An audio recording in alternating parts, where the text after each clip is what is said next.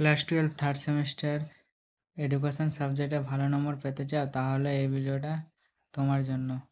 আজ আমি class 12 third সেমিস্টারের সম্পূর্ণ সিলেবাস ভালোভাবে তোমাদের বুঝিয়ে দেবো এবং তার সাথে কিছু গুরুত্বপূর্ণ টিপস দিব যাতে তুমি ভালো নম্বর পেতে পারো। সো ভিডিওটি শেষ পর্যন্ত দেখবে। এটি হচ্ছে তোমাদের ক্লাস 12 থার্ড সেমিস্টারের সিলেবাস, এডুকেশনের সিলেবাস। সো দেখো না, প্রথম মেনলি আমাদের দুটি গ্রুপ এখানে তোমরা দেখতে পাবে। গ্রুপ এ থেকে পড়তে হচ্ছে আমাদের এডুকেশন ইন মডার্ন ইন্ডিয়া এবং গ্রুপ বি থেকে আমাদের পড়তে হচ্ছে recent Trends S issues in modern India. Total আমাদের 20 করে 40 নম্বর। আর আমার যেটা পার্সোনাল এক্সপিরিয়েন্স সেটা থেকে বলবো, গ্রুপ বিটা খুবই সহজ। এখান থেকে তোমরা ইজিলি 20 পেয়ে নিতে পারবে, বেশি তোমাদের পড়তে হবে না, জাস্ট সহজ আছে। আর যেটি গ্রুপ এ আছে অর্থাৎ এডুকেশন ইন মডার্ন ইন্ডিয়া, এখানে এই জাস্ট ইউনিট 1টা একটু তোমাদের মানে একটু লাগতে পারে, ভারী লাগতে পারে, কেননা এখানে বিভিন্ন কমিশন দেওয়া আছে। তারপরে এখানে দেওয়া আছে problems of women educations ST SC OBC WS. এখানে তোমাদের মেনলি সালগুলো মনে রাখতে হবে। তো এটি জাস্ট একটু ট্রিকি আছে। আমি তোমাদের স্ট্র্যাটেজি কিছু টিপস দিয়ে দেবো যাতে তোমরা এইটি সহজভাবে পড়ে নিতে পারবে। সো আর দ্বিতীয় যেটি ইউনিট আমাদের ইউনিট 2 আছে, মানে বিভিন্ন শিক্ষাবিদদের মানে শিক্ষা ক্ষেত্রে অবদান, যেরকম রবীন্দ্রনাথ ঠাকুর, স্বামী বিবেকানন্দ, মহাত্মা গান্ধী,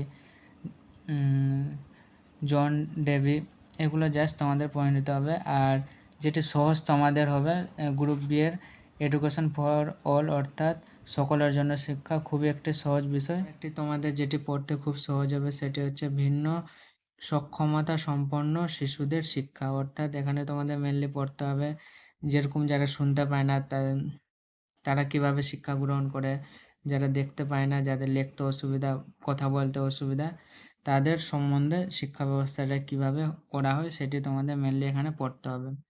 এবং তোমরা দেখতে পাচ্ছ সিলেবাসটা খুব একটি বড় আছে, তো তোমরা এই কম সময়ের মধ্যে কিভাবে পড়বে। সব প্রথমে বলে রাখবো, তোমরা যখন পড়তে বসবে মেনলি তোমাদের এডুকেশনে 1 থেকে 1.5 ঘন্টা তোমাদেরকে সময় মেনলি তোমাদেরকে দিতে হবে। আর চেষ্টা করবে রিডিং পড়ার বেশি করে। রিডিং পড়লে কী হবে, জিনিসটা মনে রাখবে। আর যেটা তোমার গুরুত্বপূর্ণ বলে মনে হবে এবং যেটি দেখবে অনেক বইয়ে যেগুলো একটু বেশি গুরুত্বপূর্ণ সেটি একটু কালো কালারে মানে বোল্ড করে লেখা থাকবে, সেটি একটু গুরুত্বপূর্ণ।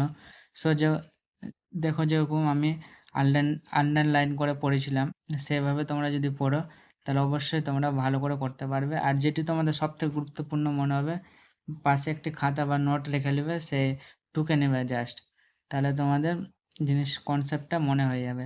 এইভাবে তোমাদের আন্ডারলাইন করে পড়লে সময়টা খুব কম লাগবে আর তোমরা ভালো করে বুঝতে পারবে। এবং জাস্ট তোমরা রিডিং পড়ে যাবে, বেশি কিছু এটাতে লিখতে হবে না। রিডিং পড়লে কি জিনিসটা মনে থাকে। আর তোমাদেরকে এখানে এই প্রথম চ্যাপ্টারে ইউনিট 1 থেকে কিছু মানে এডুকেশনের মনে রাখতে হবে, যেরকম ফুল ফর্মগুলো। সো ফুল ফর্মগুলো দেখে নাও একটু। ওই ফুল ফর্মগুলো তোমরা পড়তে পড়তে পেয়ে যাবে। যেরকম দেখালাম এখানে একটু ফুল ফর্ম দেখা আছে। সিআরসি এর ফুল ফর্ম কি, কিউমুলেটিভ রেকর্ড কার্ড। সো এইভাবে তোমাদের পড়তে হবে। এভাবে পড়লে সময়টা খুব কম পারবে। আর বেস্ট তোমরা কোন সময়টাতে পড়লে তোমাদের ভালো হবে, সো আমি বলে রাখবো, তোমরা যারা একটু সকালের দিকে পড়তে ভালোবাসো তাদের জন্য খুব এফেক্টিভ হবে আর তোমাদের মানে মনেও থাকবে। আর যারা রাত্রে পড়ো অর্থাৎ রাত্রে বলতে রাত 10টা 11টার পর, তুমি রাত 10টা 11টার দিকে পড়তে বসলে অন্তত 2 ঘন্টা সময় দেবে পড়ার, তাহলে এডুকেশন তোমার কমপ্লিট হয়ে যাবে। আর পড়ার সময় পার্শ্বে কিন্তু মোবাইল টোবাইল রাখবে না, নাহলে ডিস্ট্রাকশন হতে পারে। আর আমি সময় সময় তোমাদেরকেও ইম্পর্ট্যান্ট যেগুলো টপিক আছে সেই টপিকের কয়েকটি ক্লাস তোমাদের দিয়ে দেবো, যাতে তোমাদের বুঝতে আরও ভালো হয়। এবং পরবর্তীতে চ্যাপ্টার ওয়াইজ মেনলি যেটা ইম্পর্ট্যান্ট কোশ্চেন আমি তোমাদের দিয়ে দেবো।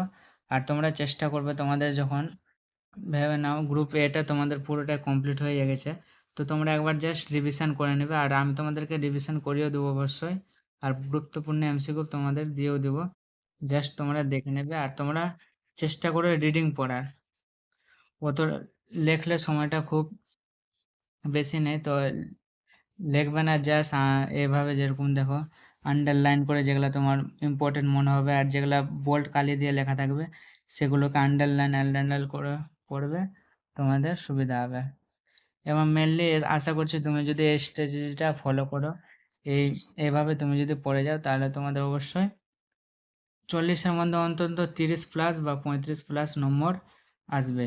আর পরবর্তী ক্লাসে তোমাদের কয়েকটি আমি টপিক বলে দেবো যেগুলি পড়তে খুব ভালো লাগবে, এবং কয়েকটি গুরুত্বপূর্ণ ক্লাসও তোমাদের করিয়ে দেবো।